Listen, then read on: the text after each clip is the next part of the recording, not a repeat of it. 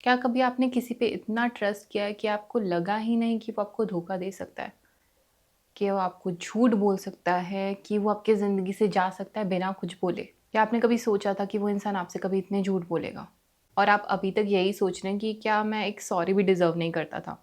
मेरे साथ भी ऐसा कुछ हुआ और मैं काफ़ी टाइम से अपने से ये सवाल पूछ रही हूँ कि उस इंसान ने मेरे साथ ऐसा क्यों किया? और क्या मैं एक सॉरी भी डिज़र्व नहीं करती थी? अपने आप से हर रोज़ ये सवाल पूछा मैंने। लेकिन जैसे टाइम बीता, मैं सोचने लगी कि अगर ये नहीं हुआ होता, अगर उस इंसान ने मुझे बिट्रे नहीं किया होता और वो बिना कुछ बोले नहीं गया होता, क्या वाक़ई में उस इंसान को मैं अपनी ज़िंदगी में रखना चाहती थी? इतने झूठ और इतने मैनिपुलेशन के बाद क्या वो इंसान मेरी ज़िंदगी में रहना डिज़र्व करता भी है? उस इंसान का तुम्हें बिट्रे करना एक ब्लेसिंग है, जो शायद तुम्हें अभी तो समझ नहीं आ रही, बट कुछ टाइम बाद मेबी समझ में आए। सच तो ये है कि जो लोग आपसे झूठ बोलते हैं, आपको धोखा देते हैं और ऐसे छोड़ के चले जाते हैं ना, वो डिज़र्व भी नहीं करते आपकी लाइफ़ का हिस्सा बनना। क्योंकि आप इतने ट्रूली अपनी फीलिंग्स उन लोगों को ऑफ़र करते हैं, उसके बावजूद भी वो आपके साथ गलत करते हैं। तो क्या आप ऐसे इंसान के साथ रहना चाहोगे या उस इंसान को अपनी ज़िंदगी में जगह देना चाहोगे? मैं तो नहीं देना चाहूँगी। लेकिन अब सवाल ये भी नहीं है कि उस इंसान को हम अपनी ज़िंदगी में चाहते हैं कि नहीं चाहते हैं। सवाल ये होता है कि उस इंसान ने जब हमें सॉरी नहीं बोला, क्या हम उन्हें माफ़ कर पा रहे हैं? वो आप सोचोगे हम क्यों माफ़ करें? उन्होंने हमारे साथ गलत किया है। बिल्कुल, उन्होंने आपके साथ गलत किया है, लेकिन कई बार माफ़ी उनके लिए नहीं होती है। वो इंसान अपनी ज़िंदगी में मूव ऑन कर चुका है। वो इंसान आपके बारे में सोच भी नहीं रहा। वो इंसान गिल्टी भी नहीं है कि उसने किसी के साथ गलत किया है।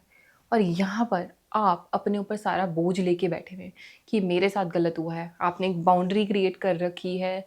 जो नए लोग आपकी ज़िंदगी में आ रहे हैं या फिर जो ऑलरेडी आपके पुराने दोस्त हैं, आप उनके साथ वो बाउंड्री का खेल खेल रहे हैं, सोच के कि ये इंसान मुझे ना हर्ट कर दे, क्योंकि किसी और ने जो अपनी ज़िंदगी में आगे बढ़ चुका है, खुश है, आपको हर्ट किया है। मुझे लग रहा था गुस्सा करना मुझे लोगों से प्रोटेक्ट करेगा, लेकिन धीरे-धीरे वो मुझे रियलाइज़ हुआ कि वो एक नेगेटिविटी मेरे अराउंड क्रिएट कर रहा था, जो कि मैं नहीं हूँ। मैं उस एनर्जी से ही रिलेट नहीं कर पा रही थी। और इस चीज़ का भी ध्यान रखिए कि फॉरगिवनेस उस इंसान के लिए नहीं है, फॉरगिवनेस हमारे लिए है। क्योंकि जब हम किसी इंसान के लिए कोई इमोशन होल्ड करके रखते हैं, तो एक इनविजिबल चेन हमें उस इंसान के साथ बाँधे रखती है, बेशक वो आपकी ज़िंदगी में नहीं है।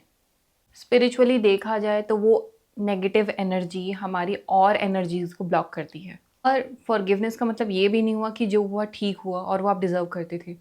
नहीं, आपके साथ सही नहीं हुआ, आप वो डिज़र्व नहीं करते थे। बट वो इंसान तो सॉरी नहीं है और उस इंसान को शायद फ़र्क भी नहीं पड़ता। आप यहाँ पर अपने अंदर नफ़रत, गुस्सा सब लेके बैठे हुए हैं, जो कि आपकी फ़िज़िकल, आपकी मेंटल हर तरीके से आपकी हेल्थ को ख़राब कर रहा है। यहाँ मैं आपको कुछ हीलिंग टेक्निक्स बताऊँगी जो मैंने अपने लिए भी करी हैं और किस तरीके से आप किसी को माफ़ कर सकते हैं। ट्राई कीजिए, ये टेक्निक बहुत इंटरेस्टिंग है।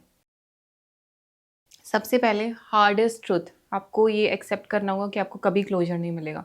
आई नो दिमाग में थॉट्स आते होंगे कि वो इंसान वापस आएगा, आपसे शायद माफ़ी माँगेगा और इस होप में आप उस चीज़ को होल्ड करके बैठे होते हैं।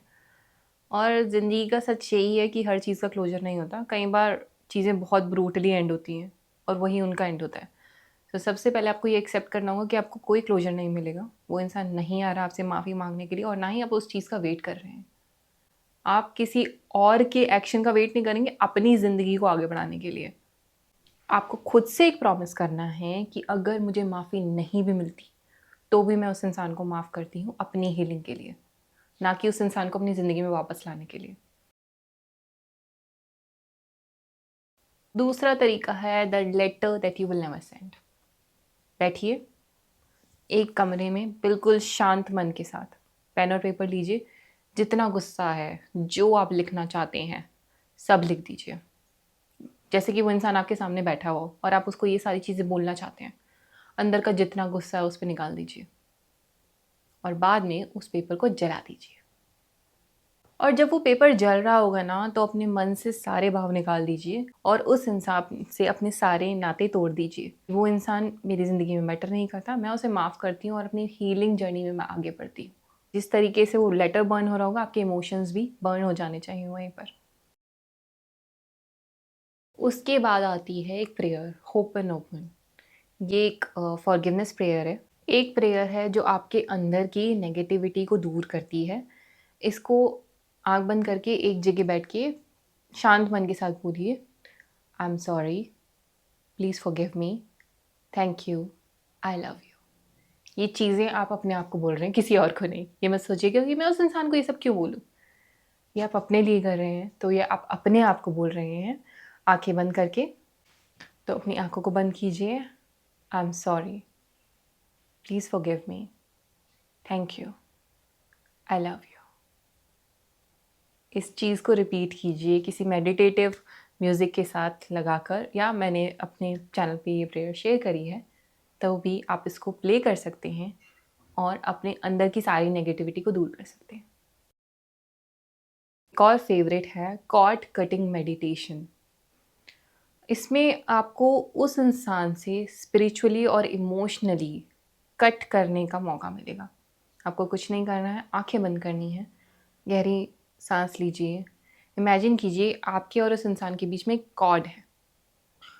उसके बाद इमेजिन कीजिए कि एक गोल्डन लाइट है जिससे आप सराउंडेड हैं, आप एलिवेट हो रहे हैं, और वो जो लाइट है वो धीरे धीरे उस कॉर्ड को कट करती जा रही है। और जिस तरीके से वो रोप कट होती जा रही है, आप उस इमोशन को रिलीज़ करते जा रहे हैं और आप उस इंसान को धीरे धीरे भूलते जा रहे हैं।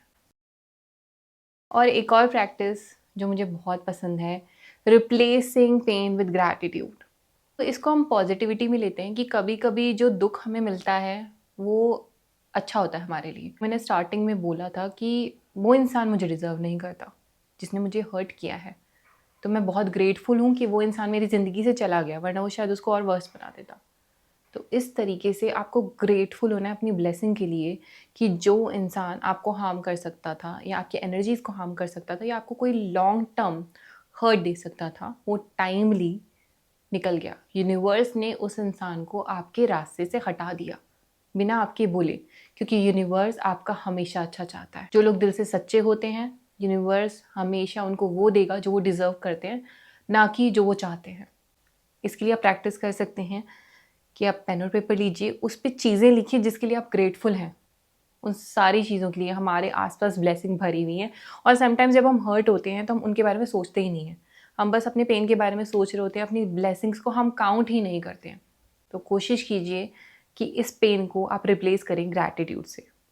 और एट दी एंड मैं आपको ये बोलूँगी कि आई नो फॉरगिव करना आसान नहीं है, शायद मैं खुद अभी तक ये प्रैक्टिस कर रही हूँ, बट मुझे पता है ये प्रैक्टिस मुझे मेरी स्पिरिचुअल जर्नी में आगे लेके जा रही है, क्योंकि जो चीज़ मेरे लिए सही नहीं थी वो अपने आप मेरे रास्ते से निकल गई है। तो ये बहुत अच्छा साइन है मेरे लिए यूनिवर्स की तरफ से कि मैं अपनी ज़िंदगी में कुछ अच्छा कर रही हूँ, जिससे नेगेटिव और बुरे लोग अपने आप मेरी ज़िंदगी से निकल जा रहे हैं। दर्द होगा, हीलिंग कभी लीनियर तो होती नहीं है, अप्स एंड डाउन्स आते हैं, लेकिन अगर आप अपने ऊपर काम करते रहेंगे तो ग्राफ थोड़ा ऊपर जाता रहेगा, बेशक अप्स एंड डाउन्स आते रहें। सो मेरी तरफ से यही। अगर आपको ये वीडियो अच्छी लगी हो तो शेयर कीजिए जिनको ये सुनने की ज़रूरत है आज, लाइक कीजिए, कमेंट कीजिए, और अगर आपको कुछ सवाल हों तो ज़रूर मुझसे पूछिएगा इससे related. Thank you so much.